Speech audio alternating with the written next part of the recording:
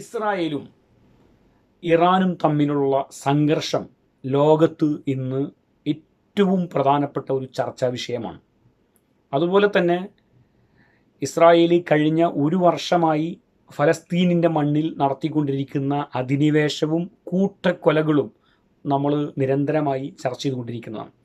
ഹൂത്തികളുടെ അക്രമം, അതുപോലെ തന്നെ ഹിസ്ബുള്ളയുടെ അക്രമം, ലബനാനിൽ ഇപ്പോൾ ഇസ്രായേൽ നടത്തിക്കൊണ്ടിരിക്കുന്ന അക്രമം, അങ്ങനെ സിറിയയിലും യമനിലും ലബനാനിലും ഗസയിലും ഇറാനിലും ഒക്കെയുള്ള കേന്ദ്രങ്ങളിലും വീടുകളിലും മനുഷ്യരെയും ഒക്കെ അതിക്രൂരമായി കൂട്ടക്കൊല ചെയ്തുകൊണ്ടിരിക്കുന്ന, ദിനം പ്രതി എന്ന് പറയുന്നത് പോലെ ആയിരക്കണക്കിനും നൂറുകണക്കിനും ആളുകൾ മരണപ്പെട്ടു കഴിഞ്ഞു. ഇസ്രായേലിൻ്റെ ഒരു വർഷത്തെ ഈ അധിനിവേശത്തിൻ്റെ പരിണിത ഫലമായി ഏകദേശം 50,000-ത്തിനടുത്ത ആളുകൾ മരണപ്പെട്ടു കഴിഞ്ഞു. അതിൽ തന്നെ ഭൂരിപക്ഷവും കുട്ടികളും സ്ത്രീകളുമാകുന്നു. പിഞ്ചു മക്കളും സ്ത്രീകളുമാണ് എന്നുള്ളതാണ് യാഥാർത്ഥ്യം.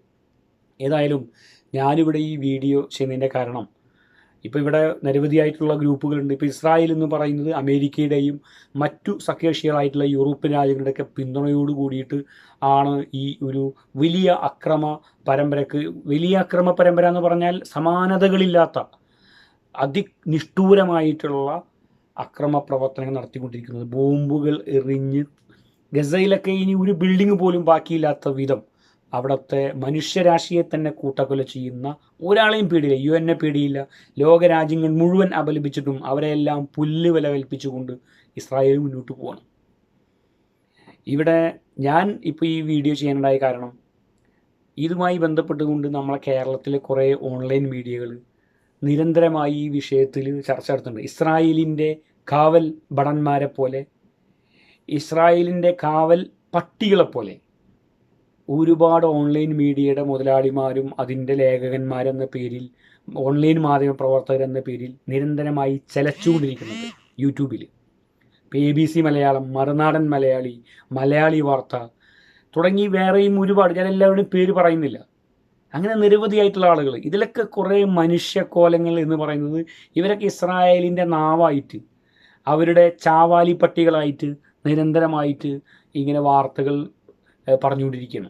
ഇറാനിപ്പോൾ ഇല്ലാതാവും, ഇറാൻ ഭൂമുഖത്ത് നിന്ന് തന്നെ ഇല്ലാതാവും, പിന്നെ ഹിസ്ബുള്ള ഇല്ലാതാവും, ഇല്ലാതാവില്ല എന്നുള്ളതല്ല, അത് വേറെ വിഷയം. പക്ഷേ ഈ വിഷയത്തിൽ എങ്ങനെയാണ് നമുക്കൊരു പക്ഷം പിടിക്കാൻ കഴിയുക? നമ്മുടെ പക്ഷം അവരാഗ്രഹിക്കുന്നു പോലില്ല. ഇസ്രായേൽ ഇവിടുത്തെ ഈ ഓൺലൈൻ മാധ്യമങ്ങളുടെ പിന്തുണ കേട്ടിട്ടിരിക്കണം. അവർ ഇവിടെ ഒരു കാര്യം നമ്മൾ മനസ്സിലാക്കേണ്ടത്, മരിക്കാൻ തയ്യാറുള്ളവരുടെയും, അതായത് കൊല്ലാൻ തയ്യാറുള്ളവരുടെയും കൊല്ലപ്പെടാൻ തയ്യാറുള്ളവരുടെയും പോരാട്ടമാണ് നമ്മൾ നടക്കുന്നത്. സത്യത്തിൽ നമ്മൾ മലയാളികൾക്കൊന്നും ഇതിലൊരു റോളുമില്ല.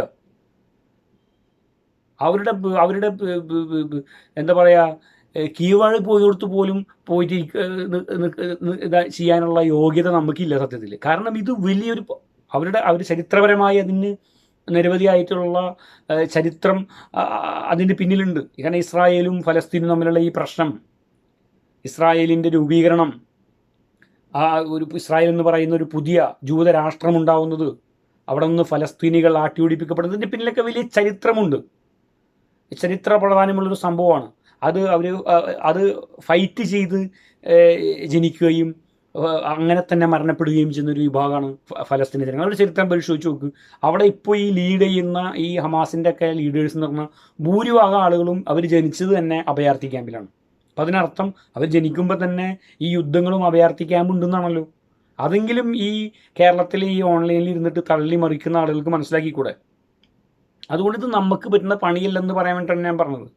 നമ്മളിത് കൊല്ലാൻ തയ്യാറുള്ളവരുടെയും കൊല്ലപ്പെടാൻ തയ്യാറുള്ളവരുടെയും ഒരു കഥയാണ് അവിടെ നടക്കുന്നത്. അത് 50,000 പേരുടെ, ഏറെക്കുറെ 50,000-ത്തിനടുത്തേക്ക് ആളുകളുടെ മരണത്തിലേക്ക് അത് എത്തിച്ചിട്ടുണ്ട്. ഇസ്രായേലിൻ്റെ ഭാഗത്തും നഷ്ടങ്ങളുണ്ടായിട്ടുണ്ട്, ഇരുഭാഗത്തും ഉണ്ടായിട്ടുണ്ട്.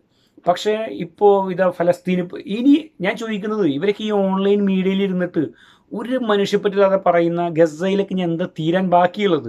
അത് ഈ ഓൺലൈൻ മുതലാളിമാർ ഇരുന്നിട്ട് ഇസ്രായേലിന് വേണ്ടിയിട്ട്, ഇസ്രായേൽ പോലും താല്പര്യപ്പെടാത്ത രീതിയിൽ അവർക്ക് വേണ്ടിയിട്ട് പേപ്പട്ടികളെ പോലെ കുരച്ചുകൊണ്ടിരിക്കുന്ന ഈ കേരളത്തിലെ ഈ നേരത്തെ പറഞ്ഞ ഈ ഓൺലൈൻ മീഡിയയിലെ ആളുകൾ അവരൊക്കെ ഇങ്ങനെ ഇരുന്നിട്ട് ഇങ്ങനെ പറയുന്ന കേട്ട് കഴിഞ്ഞാൽ, അതാണ് ഞാൻ പറഞ്ഞത്, നിങ്ങൾക്കൊന്നും അത് പറയാൻ പോലുള്ള യോഗ്യതയില്ല.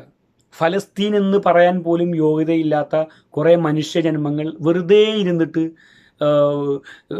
ഇസ്രായേലിനെ ന്യായീകരിച്ചുകൊണ്ടിരിക്കുക. ഓക്കെ, ഇസ്രായേലിൻ്റെ അവരൊരു രാഷ്ട്രമാണ്.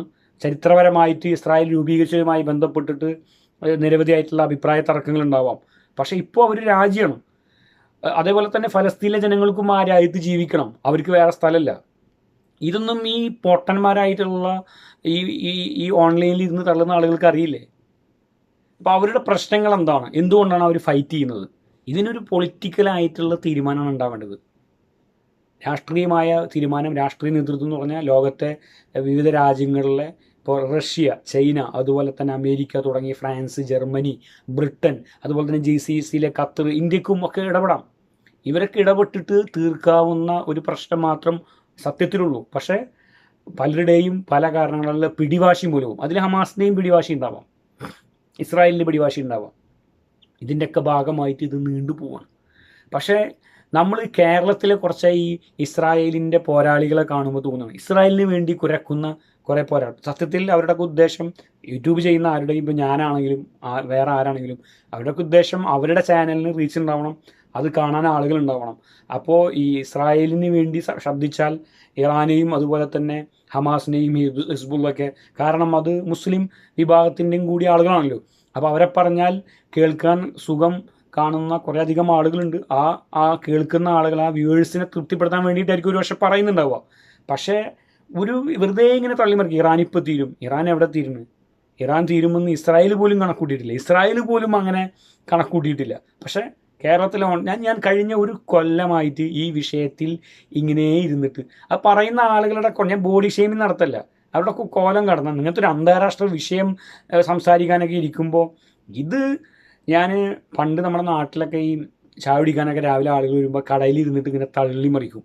അതിൻ്റെ അതേ വെർഷൻ ഒരു നിലക്കുള്ള ഒരു സാധാരണ യൂട്യൂബർ, ഇപ്പോൾ ഞാൻ ഉൾപ്പെടെ പലരും യൂട്യൂബിൽ വീഡിയോകൾ ചെയ്യുന്നുണ്ട്. അപ്പോൾ നമ്മളൊക്കെ നമ്മുടെ പരിമിതിക്കകത്ത് നിന്നുകൊണ്ടുള്ള അത്ര ക്വാളിറ്റി മതി, അങ്ങനെ മതി എന്നൊക്കെ നിലയിലായിരിക്കും പലപ്പോഴും വീഡിയോകൾ ചെയ്യുന്നത്.